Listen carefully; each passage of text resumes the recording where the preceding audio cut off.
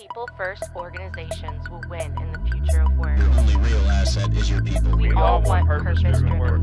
HR-led organization is the I'm future. sorry, but leaders don't lead empty desks and empty shop floors. Welcome to the People Strategy Leaders Show. I'm your host, Sri Chellappa, founder and president of Engagedly, and a serial entrepreneur in technology, films, and music. This is where we talk to people leaders, business strategists, and organizational savants about leading in the time of change. What is working, what is not working, and more importantly, what we should be thinking about. Stick around to the end of the show. We will reveal how you can be our next guest. And now, let's engage. Hello, this is Sri Chellappa with People Strategy Leaders Podcast.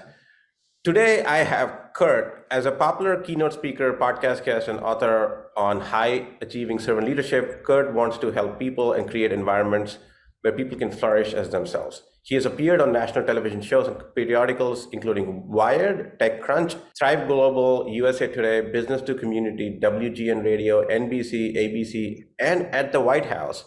He currently serves as the VP of Marketing and Operations for eXp Realty, where he oversees the growth of eXp Realty's organization. At the individual and team level, he helps leaders develop and maintain skills, behaviors, and values to ensure the sustainable success of both their organization and themselves. Well, welcome to the show, Kurt. It's been a pleasure to have you. And thank you for having me. Awesome. So one of your favorite subjects, and you've been a high growth leader, and you mentioned a little bit about how you are brought in to scale companies into hypergrowth, and eXp Realty is now the largest independent realty in the world. Is that right? Yep. Awesome. So tell me a little bit about how you went about doing that in your leadership style, and then you can jump into, maybe getting into details of some of those things that people can use in their own leadership approaches. Yeah, I mean, it will lead to servant leadership, because I think too often companies are held back, individuals and teams are held back from the traditional leadership styles and authoritative type, where at the end of the day, the traditional style of leadership ends up saying, hey, I'm the boss. I know exactly what you need to do. Do this exactly the way I'm telling you. And whether or not they mean to, there's usually like an underlying, if you don't do it this way, you're going to be fired.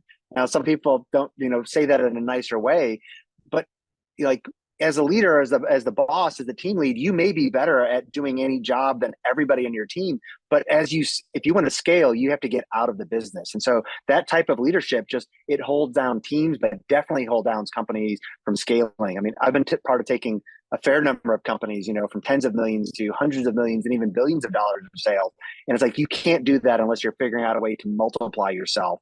And so I usually come into organizations and look for ways that one can bring in the wisdom that from where I've done this before. I like to joke there's a muscle memory in growth. There's a muscle memory in servant leaderships that you get a feel for and you need to teach to others. But the biggest thing is figuring out how that I want to serve customers, but the best way to do that is by serving my team and putting them in a place to serve the customers. So talk to me about, you scaled eXp from nothing 15 years ago to the largest independent real estate company. Well, let me pause there. I only joined 3 years ago. The mass that's eXp Realty it's really attributable to Glenn, who founded the company. I mean, he is the servant leader that I talked about. He saw a different way within the real estate industry, founded a company on that, fought through blood, sweat, and tears to get it to where it's at, and then acquired the technology company I was part of a little more than 3 years ago, and then had brought us in to lead a large portion of the growth from a technology perspective. I've stayed because of who Glenn is and the leadership that he's brought on. And they have the same style that I believe in. And that also allows me then to flourish in the style that I've been really successful in. And we've been really successful at the company for the last 3 years. Okay, so tell me about the servant leadership style. What exactly does that entail? Can you walk me maybe even through an example as you're talking through that? Yeah, great example. So I was acquired into eXp with a company called Showcase IDX. They do real estate technology. Doesn't really matter what they do. But when we came in, I was leading that business on a day-to-day basis, and was really the growth engine kind of behind that. And we had a woman who had been a sole contributor that we continued kind of growing. She had joined before I did. So she started to lead customer success. Well, her name's Tiffany. Tiffany's exceptional. She was exceptional when she was doing tickets in Zendesk, answering ticket problems. she just continued to flourish as we gave her more training. And she wanted to lead other people as well. Not everybody that's good at their job is capable of leading as well. And so as I continued to pour into Tiffany from a career perspective over the last 4 or 5 years that I worked with her, she was promoted earlier in the year to that company is now kind of exited out of here as well. But she has grown into a place where she became the business unit manager. She was basically acting as general manager because I knew the best way for the company to grow. It did need me involved doing day-to-day operations, doing marketing and growth, and bringing my wisdom for that first 2 to 3 years. But then if I wanted to get further than that, I needed somebody like Tiffany and Paulo on the team and Mandy on the team, where they needed to stop coming to me and saying, hey, I have a difficult customer situation. And like wordsmithing something or asking me to write that response to a customer. I mean, for the last year prior to that company divesting from EXP, I mean, I literally spend no more than 45 minutes to an hour once a week with Tiffany as an executive coach, really, because I have trained her. I've poured into her. I tried not talking to customers for the previous 18 months because my job was to teach and to train them and to serve Tiffany and them. If they were unsure about, like, they needed that courage to respond to a difficult customer, I helped give them courage. If they needed some wordsmithing, I didn't just do the wordsmithing for them. I would ask them questions and let them work through that model themselves. So I was kind of creating disciples in a way. So rather than just being the master woodworker in a wood shop, I was teaching them how to build bookcases themselves. And because of that change in leadership style, of me knowing the best way to serve my customers was to actually step out of the business and train really skilled people on that company, they were able to do things without having to come to me towards the last year or so that I was leading that business. And now they're able to go off on their own with a new parent company, and they're able to do things that were way beyond their skill level before. And in many cases on par with even how I would have done things. So I really took from a servant leadership perspective that specific example about, like, I know the best way to serve more customers. I mean, they have thousands of customers with their SaaS platform. The best way to do that was to not let me be the bottleneck. I didn't need the one that was just coming up with a strategy. When we started a podcast, it was Paulo's idea. He asked if I wanted to host it. I said, no, I want you to host it. And then I helped give him some critiques over the first couple of episodes for it. And so, like, I've been a guest on his podcast, but it's his podcast for that company as opposed to Kurt's podcast. Yeah. The nice thing about, not nice thing, but the reason you need to do that is because as you scale, you can't be everywhere all the time. And if you're in the weeds, you miss the forest for the trees, right? So really doing it in a dictatorial, authoritarian way, demotivates people because they feel like they don't have a voice. Right. They don't have a stake in the outcome because they're like, I just did what you told me, and if it doesn't work out, it's really your fault, not mine. Right? Because they have a stake in the game. I don't have to think about whether it's successful or not. But this is the onus on them to say, okay, I need to really think through how to do this right, because I will be owning the success or lack thereof in the process. Yeah, exactly. I mean, and there are always areas, I think as we move as leaders where we're not skilled. Like I'm not the bookkeeper. I'm not, I engage well with the legal team. Sometimes, I've been on a fair number of patent applications, but I'm not a skilled trained lawyer. So like I can never go and counsel the general counsel about how to do their job. But there are areas that I do really well. And so even at EXP now, like one of the things that I lead at EXP is our enterprise and product-led SEO. So building what's now the largest real estate portal in the United States in terms of number of active listings, and trying to get rank for millions of keywords as opposed to just the 20 or so that a local agent might rank for. Well, Glenn, our founder, before he started this, he had created 6 regional portals, city portals that were literally at the top of Google 15 years ago. He may not be that expert on enterprise SEO, but he is so far more advanced in organic growth strategies than the CEOs of almost any other public company, because we're public. So I'm able to, one, just go and do my job as I need to and lead our teams. But Glenn is wise enough to be able to step in, understand what we're doing, ask questions, and he often has valuable input, and then let our team go and implement things we need to without him micromanaging. So he has strong opinions. I want strong opinions from somebody like him who has an expertise in an area where we're at, but he also knows that that we need to be able to go operate and run things independently, which also then my boss, Leo Perea at the company, helps protect me to make sure that I can do that. Because I always find at a company, one of the biggest things about being a leader of any kind is being able to say no. Because when you're really good at operating and doing things, people want to give you more. And Leo's been very good at saying, yes, but these are the outcomes we want. So we need to protect your time. Yeah. So, one of the quotes I read somewhere, I'm paraphrasing, is, you are a leader not when you just lead people. You're a leader when you create more leaders who create more leaders. So basically, you can propagate that leadership down at least 2 levels. So you create leaders who can create leaders, and that's when you're a true leader. So I think what you're saying, I think your term of true leader, I think that's the only way that you're a leader. I think if you're not multiplying yourself and creating more people that are capable of independently leading themselves and future teams, you're a manager. You're not a leader.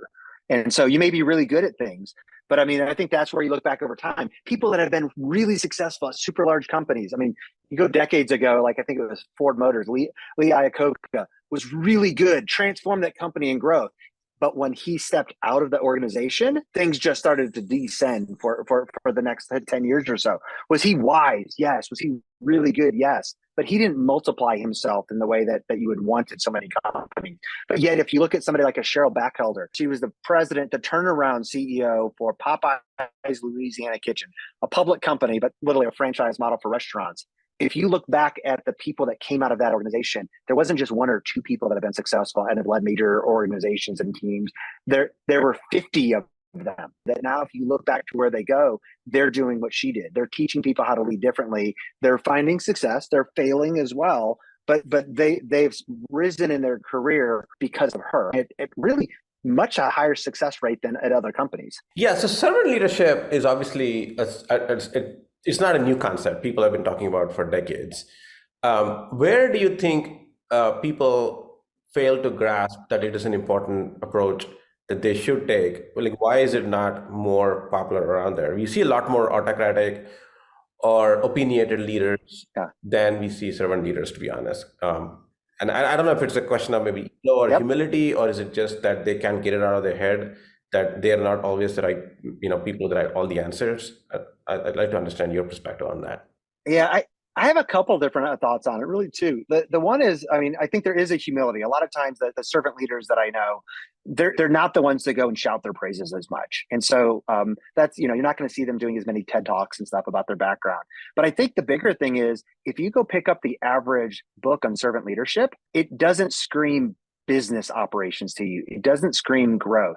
They're usually written from a faith perspective. It's I'm a Christian, so like there's a lot of books from Christians written about the morality and the faith kind of side. Same thing from Jewish and Hindu and my Muslim friends. I can find books. Most of the books on servant leadership, they take almost this approach of, you should lead this way because it's the right way. And they kind of talk about it in a moral perspective to treat your employees. And while I do agree with that, no matter what somebody's faith background is from, I do think it's better, to be the not toxic boss and not have the threat to firing on top of it. But I want people to perform.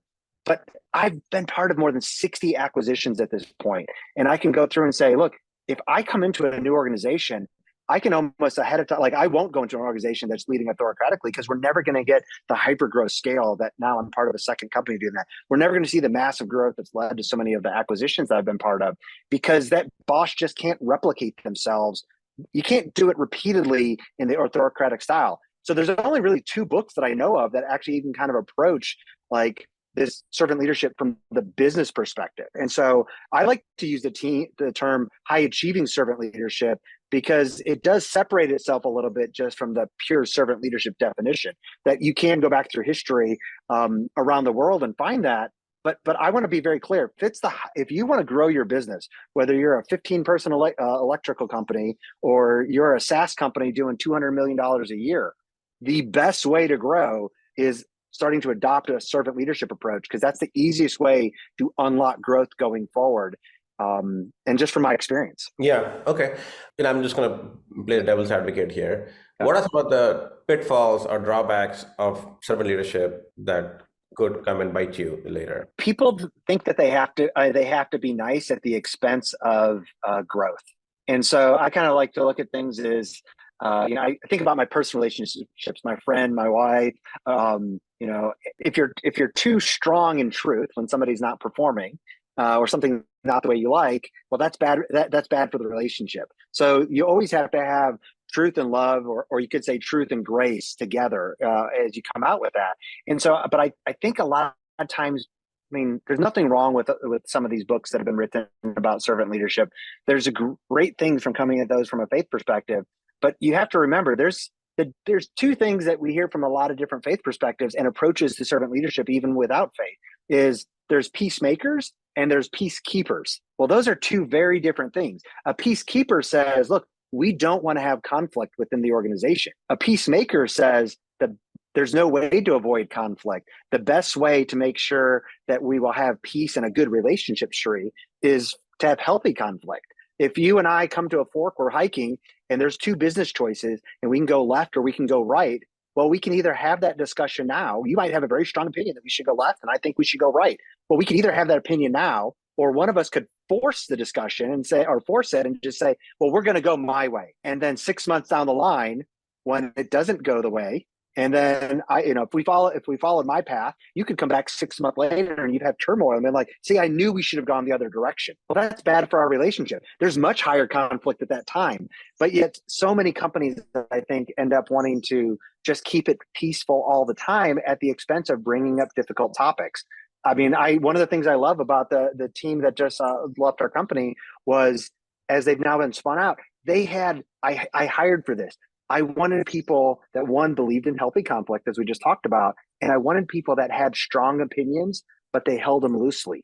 When you come to that fork in the road, I want you to come to me, Sri, and go, hey, look, sometimes you may not have an opinion, but if you really think we should make this decision, I want you to be very, very confident in saying, look, here's what I think we should do and why we should do it. Do you agree or not agree? And then we can have that discussion ahead of time. And I think that's one of the reasons that people tend to not follow servant leadership is they try keeping peace all the time. And today, a lot of people get triggered by things. And I'm like, it's not about being mean to people. It's about having healthy discussions, healthy confrontation. And sometimes, I've worked for toxic bosses. I've left companies because of toxic environment. I think some of us have PTSD from having worked in a toxic environment before. And so sometimes you're trying to be that peacemaker or that peacekeeper. And you're like, well, no, the best thing is to help that person realize this is a safe place for you to share why you have a really strong opinion and why you think that's the best business decision. It could be a big decision if, like, we're deciding, do we go start satellite offices? Or it could be something small that says, here's how I think we should respond to this client. Yeah, there are two things, takeaways from that. One is obviously in a space where they feel safe, or psychological safety is important, and that really comes from the culture. So the leaders and the people around the leaders need to be able to have that environment where failure is not always punished, right? You need to be able to allow some of that and allow people to speak up, even if they come across as uninformed or idiots or whatever, right? You need to be able to say, you know what, I don't agree with this, or I think maybe we should do it this way, even if it's a dumb idea, because not every idea will be dumb. Some of them may be great ideas, right? And you want to be able to surface those. And if they get shot down after a couple of ideas, they're not going to talk about the other ones where some of them may be good. The second thing that I think you're talking about in this construct, basically the one aspect of the servant leadership that I was thinking about is making sure that people that you hire have the caliber to be a leader and be able to do it, right? Some people are better at just being told what to do because they can't really think enough to solve the problem sometimes. And I don't know, I'm just thinking aloud. I think it depends on the problem. I think everybody, even if you go to somebody who's a cashier at a restaurant, like they're capable of doing way more, but they may not believe in that themselves. And so, I do also agree with you where you were talking about, like, you have to have that environment where people feel safe to bring up what's potentially a dumb idea. That's how you approach that to them is one of the key differences too. My wife says I can't tell people, but I've been an angel investor before. So it's like one of the highest compliments I can give to somebody who's starting a company or thinking about starting a company is to say, that's not a stupid idea. Because as an investor, a lot of times you hear something and you go, that's a dumb idea. You don't always tell them that. But on my team, when somebody comes up with an idea or they have a suggestion, I think it's the question, the servant leaders or people that are wanting to change their style. If you hear something from somebody on the team and you go, that's a stupid idea. Well, you're right. How do I get to that safe environment is I ask people kind of the same questions over and over. What led you to that conclusion? I want to know what brought them to that level of thinking. And sometimes they may discover that it's not the best idea there. And the follow-up question then is if, because one, they may have a better idea than I do, and I just think it's dumb. So maybe they have evidence. But then I'm going to ask them, have you considered, and then I'll bring in a story from my past that probably points out why maybe that's not the wisest thing to do. That's part of taking the time to train people and help them develop critical thinking in a safe environment so that they will come up with more ideas. And the other thing that I love that you mentioned is they don't know it's a dumb idea. I don't always know it's a dumb idea. And so the one thing that I think all leaders need to realize, no matter they consider themselves a servant leader or not, is the one thing I think we can all look back and I can tell people is being wrong and being right feels exactly the same until you know that you're wrong. So if you and I come to that decision, we're running the company together, should we go right or should we go left? It's a big strategy decision. We're going to invest $3 million. We can come to agreement and decide together what we think we should do. And in 6 months, we may have realized we were both wrong. And that was not a good investment. Well, we never would have made the decision if we actually knew we were wrong. We make those decisions thinking we're right.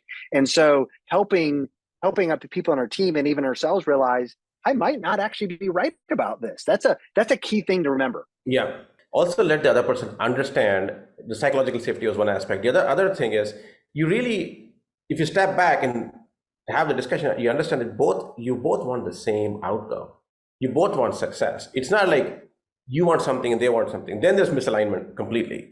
But if you're saying our destination is to cross this creek and get to the other side of the mountain, and we can have a discussion on which route to take, that's a discussion we can have. But the outcome we want to get to the other side of the mountain safely without breaking it, without straining our ankles and getting stuck in bushes somewhere, right? I think that's, as long as you can get an agreement on that, and sometimes when you're disagreeing, you can step back and say, hey, let's first agree that we are both wanting the same outcome. Okay, then let's step back and say, what's the best way to get there? It's the job of the leader to make sure that everybody on the company. And so too often, autocratic leaders, they're telling people what to do. And especially this gets worse and worse the larger organization is, because at every level, people are having to make assumptions about what the outcome is. They're having to go, oh, we just want to grow. Well, grow how? Grow in what areas? Grow business with clients, or get more clients, or grow our revenue with existing clients. Those are very different things. Okay, what are some good resources people can go to read more about servant leadership? Are there any books that you mentioned that would be a good one, or any podcasts or TED Talks or videos they can watch? I do love Cheryl Bachelder's book. I mentioned her a lot of time right now. I've written probably 75,000 words on just high achieving servant leadership and a lot of different specific examples on my own website at kurtuller.com, trying to synthesize really bringing that business growth aspect into this style of leadership. Because outside of Cheryl's book, there's not another book that I would just say is a slam dunk win on this. There's a second book called Love Works, but it's, and the gentleman that wrote it, I'm friends with, was the president of Saab Motor Company for a while, and a couple of other big companies, but it's not nearly as good as Cheryl's book. And so I've tried writing a lot of this and giving it away for free as well to people. Okay, so where can you talk about exactly how people can get to your website, where you can read more about it, and how to reach you or your work? So my website is Kurt, Kurt, Uller, UHLIR.com. But you can also just search for Kurt Servant Leadership or Kurt Uller Servant Leadership, and Google will show you like the first couple of those articles that will feed you off to probably 30 other, like almost books unto themselves for free that you can follow. Yeah, and it's probably a testament to your servant leadership that you actually can find time to write. So, if you were not a servant leadership, you probably wouldn't have time to write as well. Well, yeah, I mean, a lot of my additional writings this year have come from also questions from people. I mean, I wrote the definitive guide to high achieving servant leadership probably in January. And then people started commenting with questions. They said, well, what about this? Or do you have other books? And so to your question about books, I have one long, probably like 7,000 word article kind of giving the pros and cons about 16 different books on servant leadership, what I like and what I don't like about those books. And so I think that gives somebody more guidance when they go through those books. I'm really big on, just because somebody wrote a book, do not trust them with you need to read the book. I believe in reading books actually 3 times and then assimilate. Excellent. Well, thanks a lot, Kurt. This has been very insightful.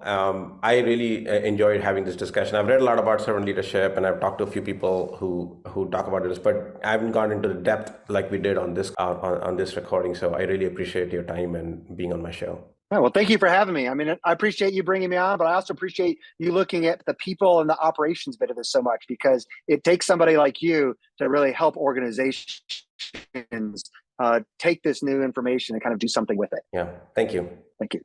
Sri Chellappa here. Thank you so much for listening to the People Strategy Leaders podcast. If you are a successful leader or a people strategist who would like to be on this program, please visit engagedly.com/People Strategy Leaders podcast. If you got something out of this interview, would you share this episode on social media? If you know someone that would be a great guest, tag them on social media to let them know about the show and include the hashtag People Strategy Leaders. I love seeing your posts and guest suggestions.